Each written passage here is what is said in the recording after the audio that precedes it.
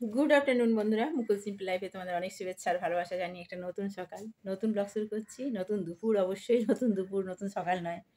তোমরা কেমন আছো? আশা করি ভালো আছো, ঈশ্বরের আশীর্বাদে। তোমাদের ভালোবাসায় আমরা ভালো আছি। তো এখন দুপুরবেলা আমি রান্না করছি। আজকে রান্না তেমন কিছু হবে না, কারণ শুক্রবার তোমরা জানোই যে শুক্রবারে সন্তোষীমার পুজো থাকে আর নিরামিষ হয়। টক টক সব তো একদমই বারণ, টক খাওয়া তো একদমই চলে না। তো যাই হোক, ওই জন্য শুক্রবারে রান্নাটা সেরকম কিছু স্পেশাল হয় না। তবে স্পেশাল বলতে একটা কি, যে কাবলি ছোলাটাকে ভেজানো হয়, কাবলি ছোলার একটা ঘুগনি মতন হয়, ঠিক আছে। কারণ আগে এরকম ছোলাগুলো ভেজানো হতো, তো এখন সেই ছোলাগুলো না ভিজিয়ে এখন কাবলি ছোলাগুলো ভেজানো হয়। তো কাবলি ছোলাগুলো মানে ওই ক্যাপসিকাম দিয়ে, টমেটো তো দেওয়া যাবে না, ধনে পাতা দিয়ে আর একটু আলু দিয়ে একটা ঘুগনির মতো করা হয়।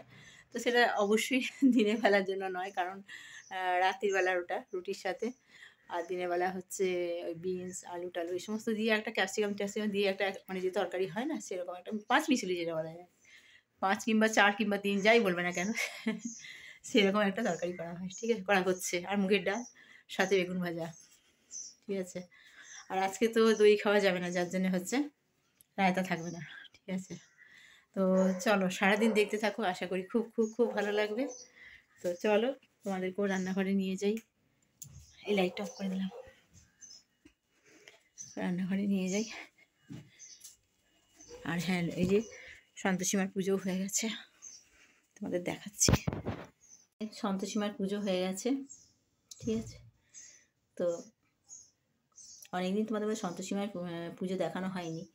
মঙ্গলচণ্ডীমার পুজো আগে দেখিয়েছি হয়তো, কিন্তু সন্তোষীমা অনেকদিন দেখানো হয়নি। তো তোমরা সন্তোষীমাকে দেখে দাও। অন্ধকারে দেখাও যাচ্ছে না, জানো তো, এই দুটো রয়েছে না, সিংহাসনের মাঝখানে রয়েছে, তো অন্ধকার লাগছে। তো চলো, পুজো হয়ে গেছে, এবার রান্নার জায়গায় যাই। তো এই যে মুগের ডাল, ধনে পাতা দিলে একটা সুন্দর গন্ধ হয়। তো আর শীতকালে এটা একটা দারুণ জিনিস, যে ধনে পাতা সাবেতে দিলে বেশ ভালো লাগে। এখানে করছি বিন আর আলু দিয়ে, ক্যাপসিকাম দিয়ে একটা সবজি মতো বলতে পারো।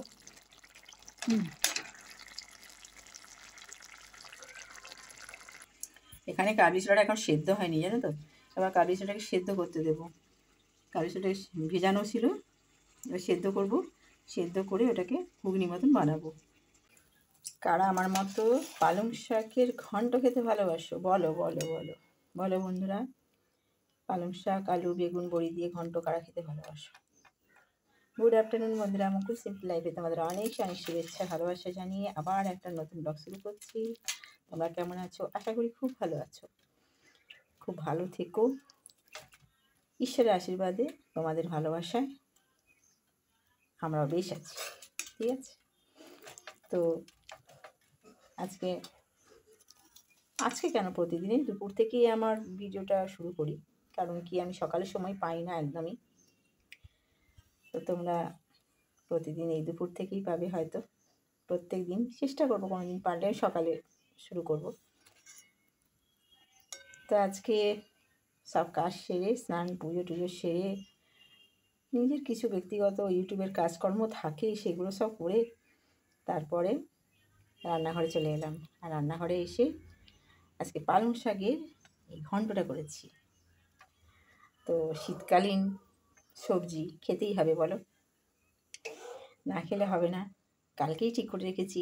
আর এটা আমার ভীষণ প্রিয়, জানো তো, পালং শাকের ঘন্টটা আলু বেগুন দিয়ে আর বড়ি দিয়ে খেতে করলে না, খেতে খুব ভালো লাগে।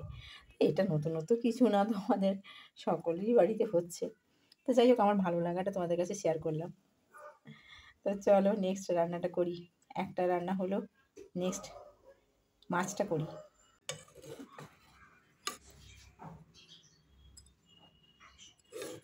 এই যে তেলাপিয়া মাছের তেল জাল করেছি, হালকা পোস্ত দিয়েছি, পোস্ত বেশি দিইনি, অল্প করে দিয়েছি, সর্ষেটা বেশি আছে। তো চলো এবার খেয়ে নিই, খিদে পেয়ে গেছে গো। তারপর সোজা চলে এলাম ছাদে। আর ছাদে এসে ভাবলাম আজকে গাছগুলোতে জল দিতে হবে, জানো তো। মানে গাছগুলো শীতকালে একটু কেমন শুকনো শুকনো রুক্ষ রুক্ষ ভাব থাকে না, তাতে করে গাছগুলো মানে শুকিয়ে শুকিয়ে যাচ্ছে। তো এমনিতেই পাতা ঝরে যাবে, তো তাহলেও গাছে জলটা কদিন দেওয়া হচ্ছে না, তো আজকে ভাবলাম যে রেস্ট নেওয়ার আগে গাছে জলটা দিয়ে দিই। কারণ কী বলতো, শীতকাল তো একবার বসে পড়লে না আর উঠতে ইচ্ছে করে না। ওই জন্য এক চোটে যদি কাজটা করা হয়ে যায় তাহলে সুবিধে হয় আর কি। আর হ্যাঁ, তোমাদের বলে দিচ্ছি, এটা শুক্র শনি মিশিয়ে কিন্তু এই ভিডিওটা প্রথমে তোমরা দেখলে শুক্রবারে আমি সন্তোষীমার পুজো করেছি, সেদিনকে একটুখানি ভিডিও করা ছিল, সেই জন্য ওটা দিয়ে দিয়েছি। আগেই বলে দিলাম এটা 2 দিনের ভিডিও, ঠিক আছে? তো যাই হোক, গাছগুলোর অবস্থা দেখেছো? এটা লেবু গাছটা কী অবস্থা দেখো, লেবু গাছটা শুকিয়েই গেল। অবশ্য গাছই হয়েছিল, কোনো ফল হওয়ার কোনো কিছু মানে আমি লক্ষণ দেখছিলাম না, না ফুল হচ্ছে না কিছু। দেখি যদি গাছটায় জল দিয়ে বাঁচানো যায়, চেষ্টা করব আর কি, তারপরে জানি না কি হবে।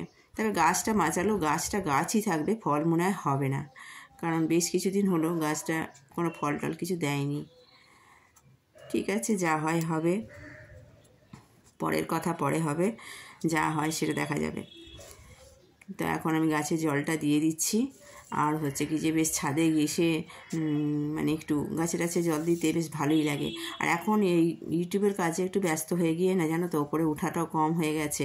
হয়তো একটুখানি শ্যুট করার জন্য উঠি, তা নাহলে ছাদে উঠে গাছে জল টল দেওয়াটা আমার আগে মানে বেশ নিয়মিত ছিল, কিন্তু এখন আর হয়ে ওঠে না গো। তো যাই হোক, তোমাদের যেটুকু পারলাম সেটুকু দেখালাম।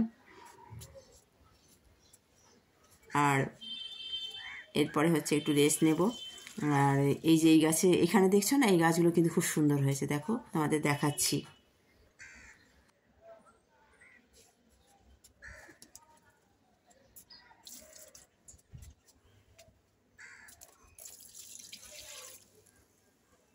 গাছের গোড়াগুলো একদম কাঠফাটা হয়ে গেছিলো, জানো তো, দিয়ে ভাবলাম একটু গাছের জলটা দিয়ে আসি। এখনই তো সন্ধে হয়ে যাবে, তাই না? গাছের জলটা দিয়ে গেলাম। তারপরে এখন খাওয়া দাওয়ার পরে এসে রাখা ঢাকা কিছুই হয়নি, সব কিছু রেখে রেখে তারপরে আবার একটু রেস্ট নেব। ঠিক আছে, চলো তোমাদের সাথে পরে কথা বলছি, ঠিক আছে? এই ফুলটা দেখো কি সুন্দর হয়েছে না, দাঁড়া দেখাচ্ছি। বেশ ভালো লাগছে না দেখতে?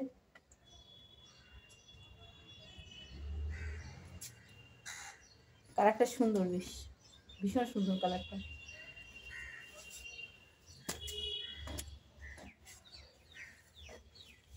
গোড়াগুলো একটু ভেজা হলো, শুকিয়ে গেছিলো একদম, গোড়াগুলো শুকিয়ে গেছিলো, জানো তো।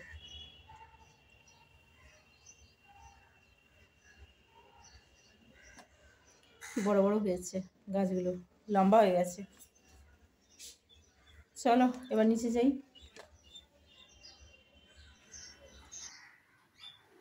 আর এখানে কি হচ্ছে বলো তো, এটা হচ্ছে আমাদের সিদ্ধেশ্বরী কালী মন্দির।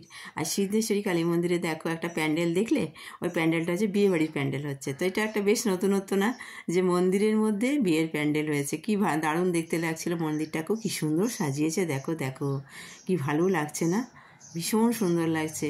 তো যেহেতু বিয়েবাড়ি না, প্যান্ডেল করেছে সামনে, তো সেই জন্য মানে মন্দিরটাকেও সুন্দর করে সাজিয়েছে। আর মন্দিরটা ভীষণ সুন্দর, জানো তো, বেশ সামনে অনেকটা জায়গা।